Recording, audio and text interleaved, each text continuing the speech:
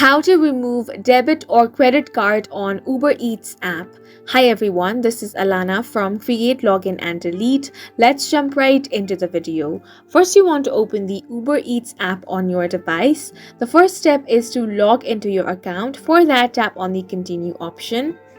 Then here you can either enter your mobile number or continue with your Google account, your Apple account, your Facebook account, or continue with email. Select the method that was used while signing up to your account. Then after entering all the credentials, you will be logged into your account. Now if you want to remove debit or credit card on the Uber Eats app, you first want to tap on the account option at the bottom right corner of your screen. Then from these options, you want to tap on the wallet option. Here, you should be able to find all of your saved payment method. If you want to remove your debit card or your credit card, you simply want to select the card you'd like to delete, then tap on the three dot icon in the upper right corner, then tap on the delete option. After that, it is going to ask you for confirmation.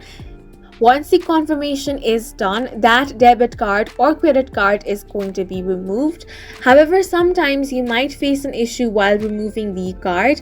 It might be because that is the only payment method left. If you wish to delete your only payment method, you'll need to add a new one first. For that, you want to tap on the add payment method option.